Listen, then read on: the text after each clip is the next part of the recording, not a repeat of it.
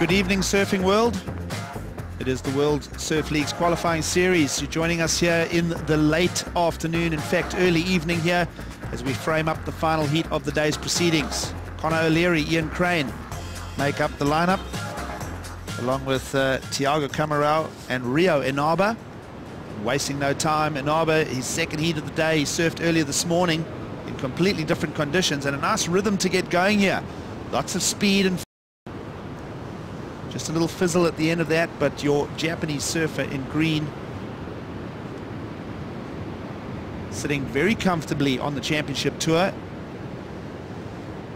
He's up against this talent in Ian Crane.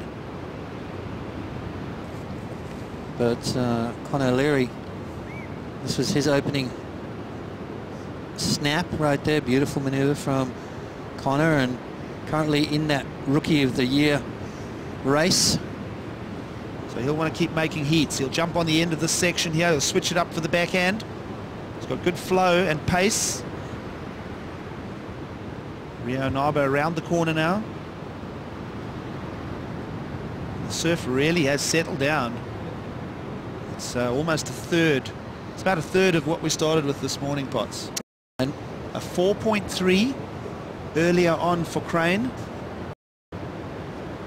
This is Thiago Camarao, the Brazilian. Slow start for him.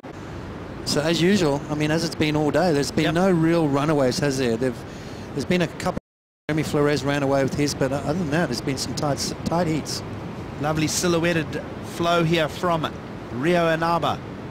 The Japanese surfer will just ramp over that section. He's got a good board underfoot there. He's looking very nimble and quick. He's looking to replace a 317, which I kind of think he's done. Now extended float line for Thiago Camarao. Big backhand hit. No. And that was the critical section, and he'll spill it. Left-hander moves into the peak here at Ginshu. And Ian Crane, with a higher priority, will snap nicely. Good body dynamics. Almost wanted to flirt with the tube there. And then a little throwaway, so the whole act falls apart there for... On double duty, coaching Conor as well as Courtney Conlog.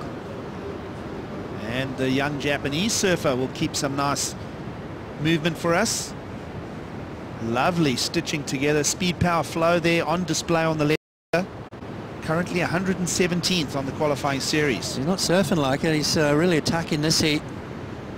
Obviously feeling at home. He's already had one surf today. Nice little warm-up, finishing strong on that occasion. So maybe with that maxed out tide, the wind backs off as well.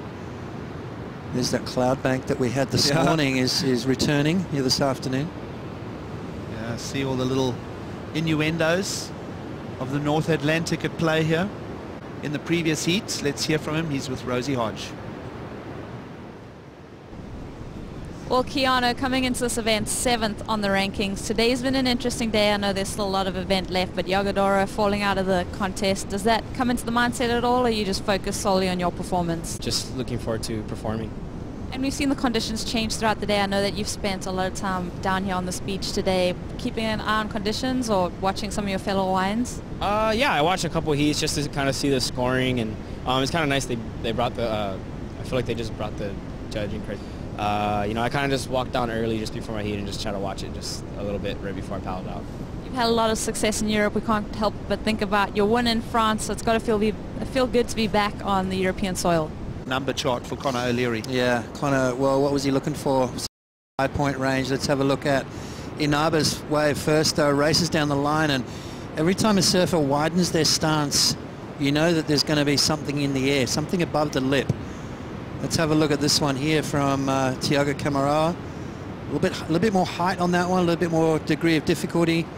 Comes out and he goes, yep. Hope you guys saw that one.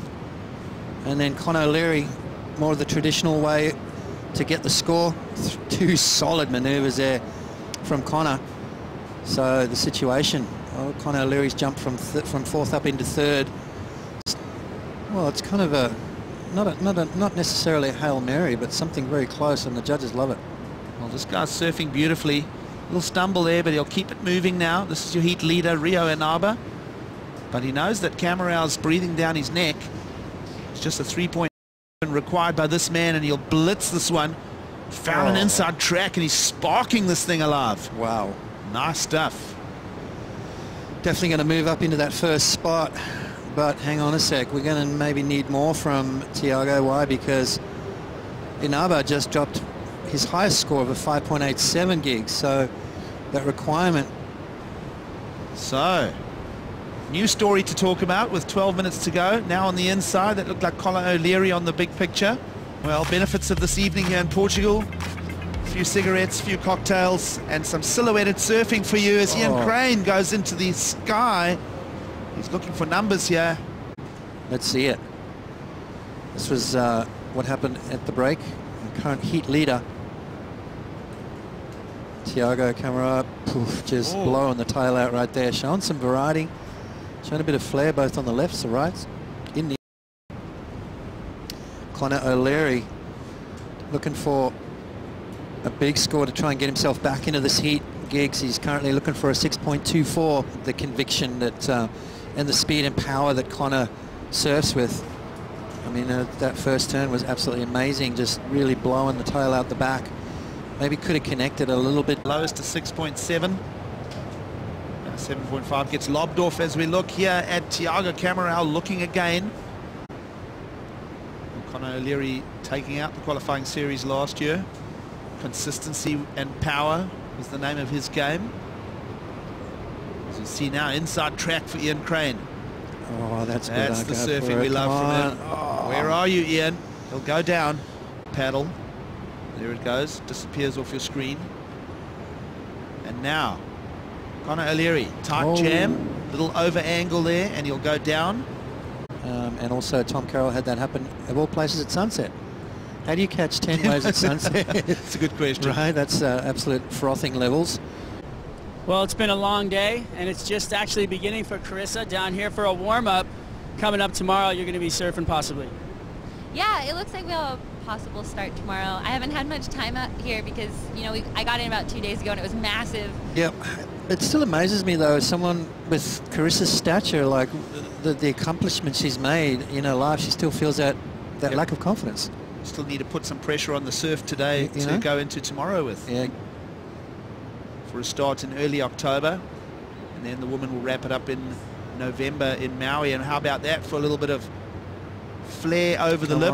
And Ian Crane will finally make it. Wow. Judges don't like all that procrastination at the end, though. They like to see a clean wrap up and finish. Ian Crane. Let's have a look at this one from a man with that ability. Wow.